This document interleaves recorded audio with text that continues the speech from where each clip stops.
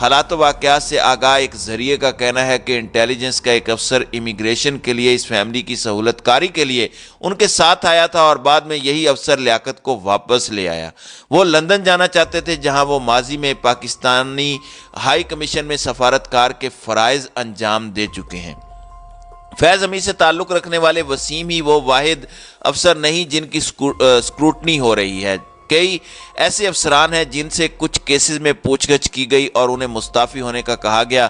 فیض نے جیسے ہی ISI کا چارج چھوڑا تو ایجنسی کے ایک سویلین افسر رحمت اللہ خان کو سعودی عرب میں تعینات کیا گیا۔ 2 ماہ قبل ہی انہیں ریاض سے واپس بلا کر پوچھ گچھ کی گئی اور بعد میں انہیں پاکستان کے دور افتادہ علاقے میں تعینات کر دیا گیا ہے۔ سوشل میڈیا پر یہ افواہیں گرم ہیں کہ جس وقت عمران خان یہ سوشل میڈیا پر ایک شوشہ چلا تھا کہ بشرا بی بی کا رہنما بھی جنرل فیض کا بندہ نکلا، وزیر اعظم تھے اس وقت رحمت اللہ نے عمران خان کی بیوی بشرا بی بی کے روحانی رہنما کا بھیس اختیار کر رکھا تھا۔ تاہم اس الزام کی جب تحقیقات کی گئی تو یہ بات غلط ثابت ہوئی۔ اس کی بجائے یہ بات سامنے آئی کہ رحمت کو ان روحانی شخصیات پر نظر رکھنے کے لیے کہا گیا تھا جو بشرا سے جڑے تھے۔ لیفٹیننٹ کرنل آصف محمود ایک اور افسر ہیں جنہیں پاکستان کرکٹ بورڈ میں تعینات کیا گیا، وہ بھی احتساب کی کارروائیوں میں شامل تھے۔ PCB سے قبل وہ نیب میں انٹیلیجنس اور ویجیلنس افسر تھے۔ PCB میں آصف گزشتہ ماہ تک director security and anti corruption رہے۔ 23 جنوری کو انہیں مستعفی ہونے کا کہا گیا لیکن انہوں نے انکار کر دیا، نتیجتاً انہیں برطرف کر دیا گیا۔ 3 دیگر ریٹائرڈ کرنلز ان کے ماتحت کام کر رہے تھے، انہیں بھی مستعفی ہونے کی ہدایات ملی جس پر انہوں نے فوراً استعفیٰ دے دیا۔ PCB کے ایک عہدیدار نے اس بات کی تصدیق کی لیکن انہیں وجوہات کا علم نہیں تھا۔ انہوں نے کہا کہ PCB سے کہا گیا کہ ان افسران کو ہٹایا جائے اور ایسا ہی کیا گیا۔ انہوں نے کہا کہ کرکٹ لیگ کی رجسٹریشن کے معاملے پر کوئی تنازع تھا جس کی وجہ سے آصف اور ان کو ٹیم سے ہٹا دیا گیا۔ اب یہ انہوں نے مزید بھی کچھ باتیں کرنے کے بعد یہ کہتے ہیں کہ فیض دور کے 2 بریگیڈیئرز کو بھی باہر کا راستہ دکھا دیا گیا ہے، ان میں سے ایک ریٹائرڈ اور ایجنسی میں DG کے عہدے پر تعینات تھے۔ انہیں سینٹ انتخابات میں ہونے والی ہیرا پھیری کا معمار کہا جاتا ہے۔ ایک اور افسر ایجنسی سے باہر تعینات تھا لیکن وہ سابق ISI چیف کے منظور کردہ دیگر منصوبوں میں ملوث تھا۔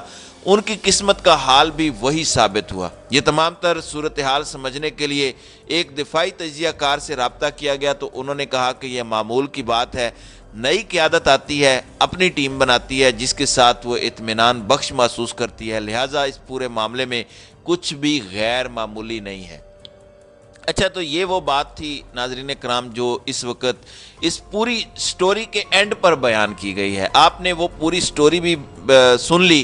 یہ ایسے ہی ہے جیسے آپ کسی کی 1 گھنٹہ برائیاں کرتے رہیں، ان کے گلے کرتے رہیں، اس کی غیبت کرتے رہیں اور اینڈ پر آپ کہہ دیں کہ چھڈو سانوں کی، اس کی اپنی زندگی ہے، کسی کی غیبت نہیں کرنی چاہیے۔ تو اس طرح کی جو کارروائیاں ہوتی ہیں یہ روٹین کی کارروائیاں ہوتی ہیں، لیکن اس پوری رپورٹ کو اس طرح سے پیش کیا جا رہا ہے کہ یہ ثابت کیا جائے کہ جیسے فوج میں ایک خاص گروپ کو ایک خاص سیاستدان کی ایک خاص وقت پر مدد کرنے کی پاداش میں نشانہ بنایا جا رہا ہے، اور یہی وہ باریک واردات ہے جو پرسیپشن اس رپورٹ میں کریٹ کرنے کی کوشش کی گئی ہے۔ لیکن اگر اس رپورٹ کو پورا پڑھیں، اور میں نے کسی وجہ سے اس کو پورا پڑھا ہے، تو ایسا کچھ بھی نہیں ہے۔ خود رپورٹ بتا رہی ہے کہ یہ معمول کی کارروائی ہے، کیونکہ جب قیادت کسی ادارے کی تبدیل ہوتی ہے تو قائد اپنی مرضی کی ٹیم لگاتا ہے، بلکہ یہ ایک بہت ہی روٹین کی کارروائی سمجھی جاتی ہے کہ جو بھی شخص آتا ہے وہ اپنی مرضی کی ٹیم لگاتا ہے۔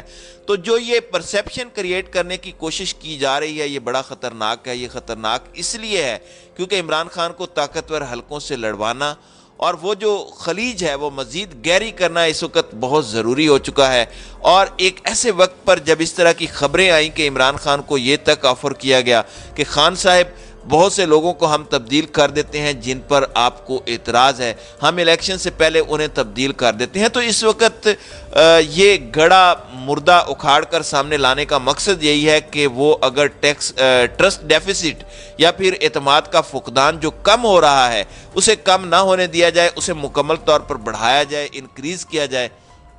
اور جو اعتماد کا فقدان ہے بڑھتا چلا جائے، خلیج گہری ہوتی چلی جائے اور غصہ بڑھتا جائے، اور اس غصے کے اندر کوئی ایک سائیڈ کوئی نہ کوئی غلطی کرے، جیسے کل خواجہ آصف نے عمران خان کا ایک کلپ شیئر کیا آف دی ریکارڈ، جس میں وہ کہہ رہے تھے کہ ایجنسیوں کے کچھ افسران اس حد تک پاگل ہو گئے ہیں کہ ملک کے سب سے مقبول لیڈر کو مروانا چاہتے ہیں، تو یہ دوسری سائیڈ کو غصہ دلانے کے لیے اس طرح کی واردات انہوں نے ڈالی ہے۔ اب یہاں پر یہ واردات ڈالی جا رہی ہے خان صاحب والی سائیڈ اور پی ٹی آئی ورکرز کو، تاکہ ان کے ورکر اور سپورٹر کو غصہ دلایا جائے۔